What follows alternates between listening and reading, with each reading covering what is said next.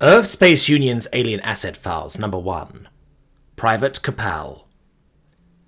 Loading the Briggins.txt. The plan for how to search for Larimak began by nosing around in the Briggins business. Dorson once expressed that he was surprised that humanity hadn't come across any space pirates, but that was because he didn't know where to look. The Briggins were a loose paramilitary group that operated in the vast spaces in between far-flung settled planets. They brought terror to travelers in the early days of the Alliance. After the recall, these outlaws ironically became the most active source of cooperation between the Vaskar, the Girret, and the Durandi. That made them a threat to the conventional powers. With prime recruits and draftees running away to the Briggins' ranks instead, the old Alliance's powers that be chose a rare act of solidarity. They approached the raiders and struck a deal to pay tribute. Our coffers would fund their settlements and lifestyle, and authorities would leave them be. In exchange, they wouldn't attack our ships and would offer their protection from other marauders. With their eyes and ears everywhere, space lanes became safer than ever. If anyone noticed what hole Larimak crawled off to, it would be the Briggins. They must have been monitoring the Spacegate battle and seen something. They could have followed Larimak, or my theory imagining what I would do if I was a bloodthirsty maniac. He could have joined the Briggins. A great place to hide. Dorson had taken to a Girret deck-building game called Norvu, which allowed for the inclusion of 2 custom cards that could spread a certain amount of points around categories, along with the Tor standard. Representative Redge was studying the stone-faced human, as they both weighed what to play in second round of the dueling phase. Each round pitted one card against another. Later rounds were called the battle phase, allowing for combinations to be played. There was strategy involved, deciding whether to play the best cards in the 1v1 face-off or to stack a squad. If the player was trying to curb stomp their opponent with their top fighter, they'd have to choose which dueling round to put them up in. Defensive cards were mixed in the deck, which would lose to any fighter that wasn't Mirage rated, the highest tier. It was a complicated and ancient game.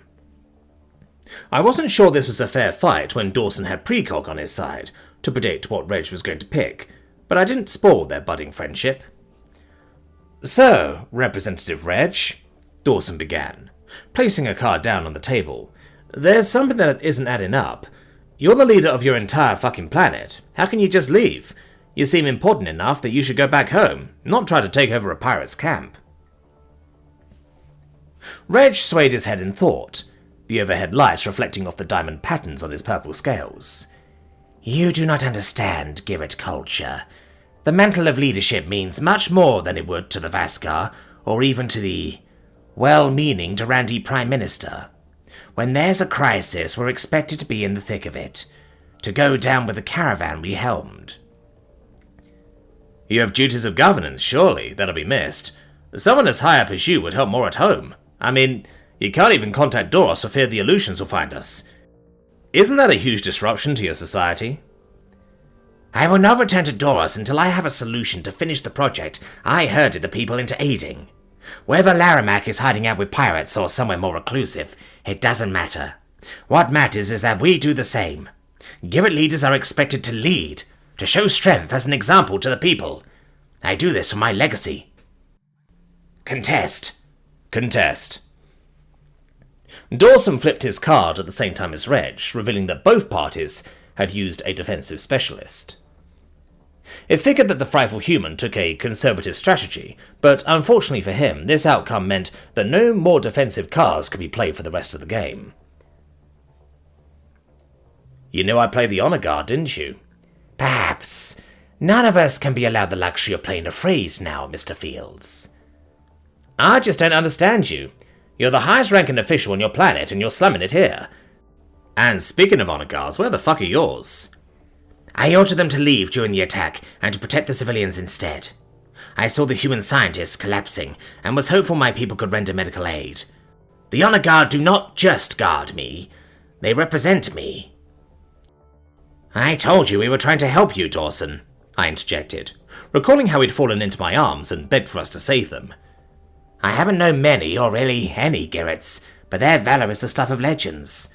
What Redge had to do to prove himself would make your eyes pop. Dorson arched a brow, abandoning the card game. Really? I didn't take you for much when I first saw Preston and Sophia landing on Doros.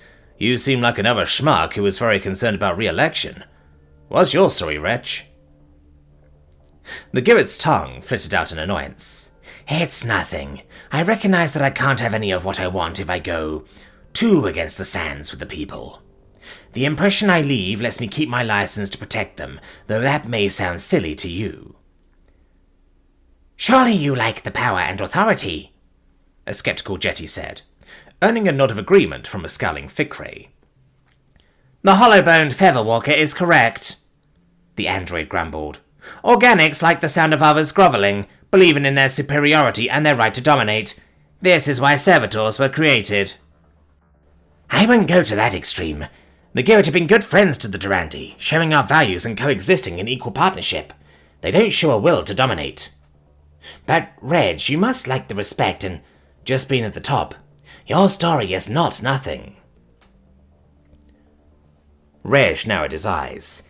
If I attempt to maintain humility, I assume you will tell them anyway, Jetty. I have talked about your heroism as a stormwriter to Harry in his bedtime stories.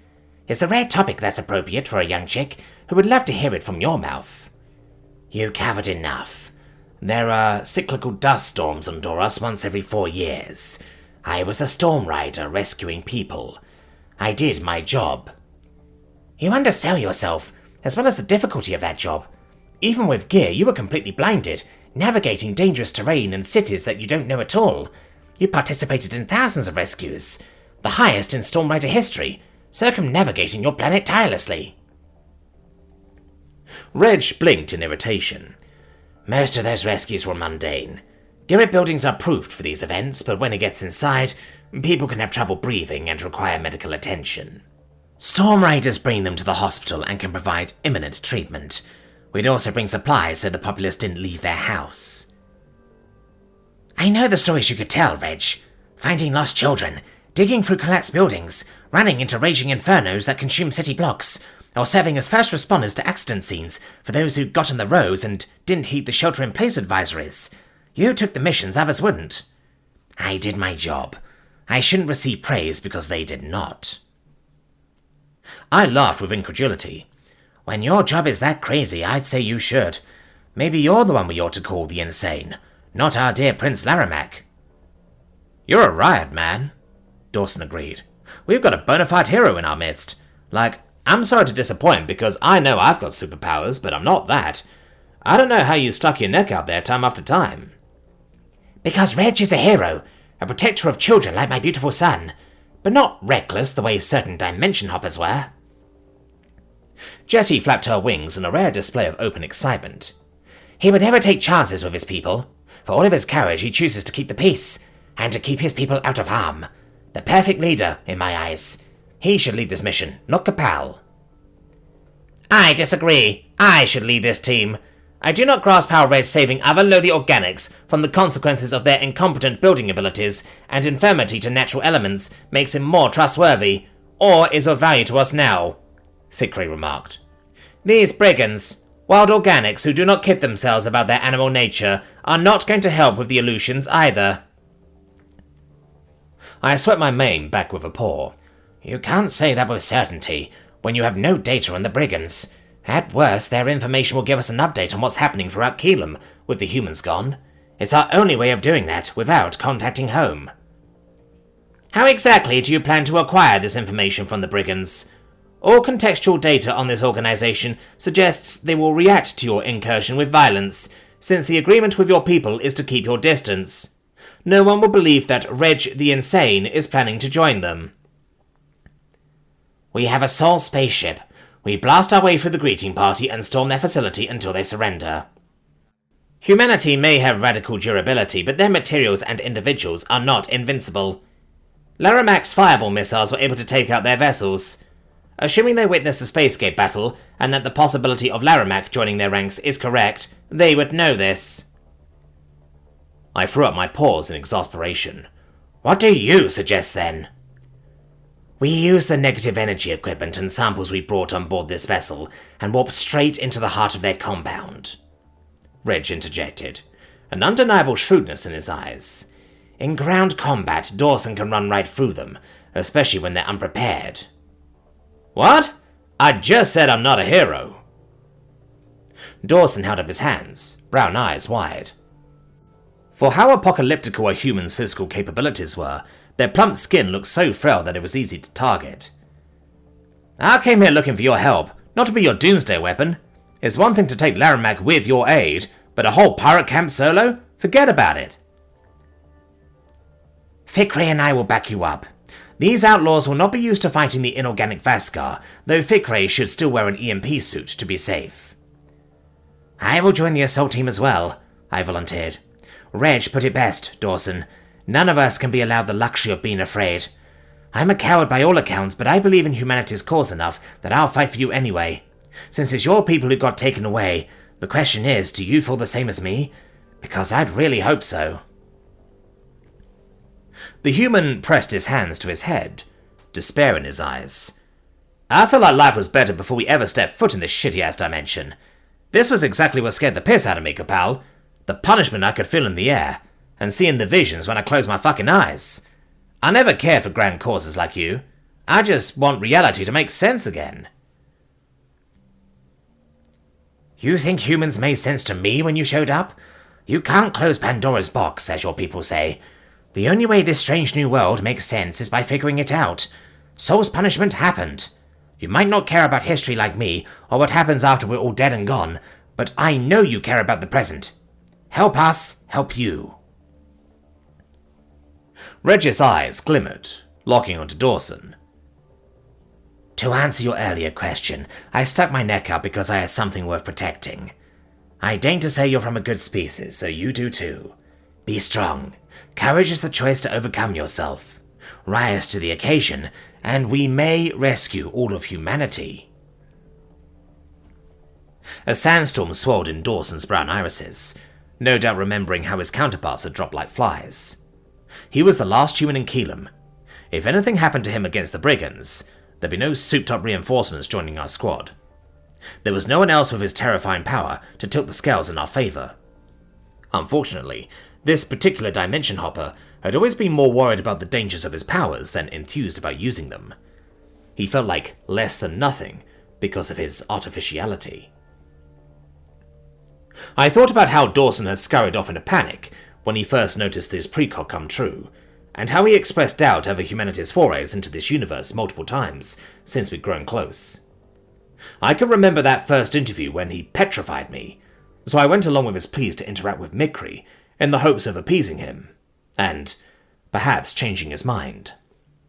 Indeed, it was me who had my worldview flipped upside down. He was spot on when he told Jetty that humans had done nothing but try to help us, and hoped I could return the favor. "It was Dorson who picked me up when I doubted myself, after my first encounter with Fikre showed that the androids weren't so rosy. He reminded me how I was able to provide valuable insight, and how much I'd already accomplished. What was it that he said? Tell you what, I won't give up on changing shit around here if you won't." "Those were your exact words. We had a deal, Dorson," I reminded the human. "When I told you nothing I said mattered, you said that it did to you. Is that true?" The alien's eyes focused and his jawline hardened. "Always, Capal. You've helped so much. You're an inspiration. Shit, I'll try to help with the brigand raid, mainly because I don't want anything to happen to you. You putting your neck on the line for us, it does mean the world to me." "I won't let you go into danger alone. That's not what help means." "Of course. And I'm sorry that I was trying to bow out. It's just, the thought of having to fucking rip people apart with my bare hands, it makes my skin crawl, man. I don't know if I can just reach out and do that. So grisly. I think I'm gonna be sick already." "They're criminals, if that helps at all. Look, the goal is for them to surrender, so maybe some will cooperate. We do need information. I'm sorry for making you do this. If there was any other way..." Dorson sucked in a sharp breath. "I know, has to be me. Let's just get kitted out and get this over with." "I second the desire to get this over with. I wish to cooperate with you hindrances for as short a duration as possible," Fikre scoffed. The feeling was definitely mutual there. I hardly trusted the android, who choked me out in the middle of the illusion attack to watch my back. I turned toward the cockpit to prepare the coordinates, as suggested, while Redge and Fikray focused on readying a negative energy field generator. I then pulled gear out of my storage locker, trying to hide the shaking of my arm as I fastened a gun to my hip. It was tough to believe that I, Capal of the Nordre Guild, a historian who wasn't a fighter at his core, would be tagging along for this raid on the Brigand compound. I hoped to the storm gods that when the time came, Dorson would find the willpower to decimate those pirates. If not, this plan of mine might be the last one I ever made.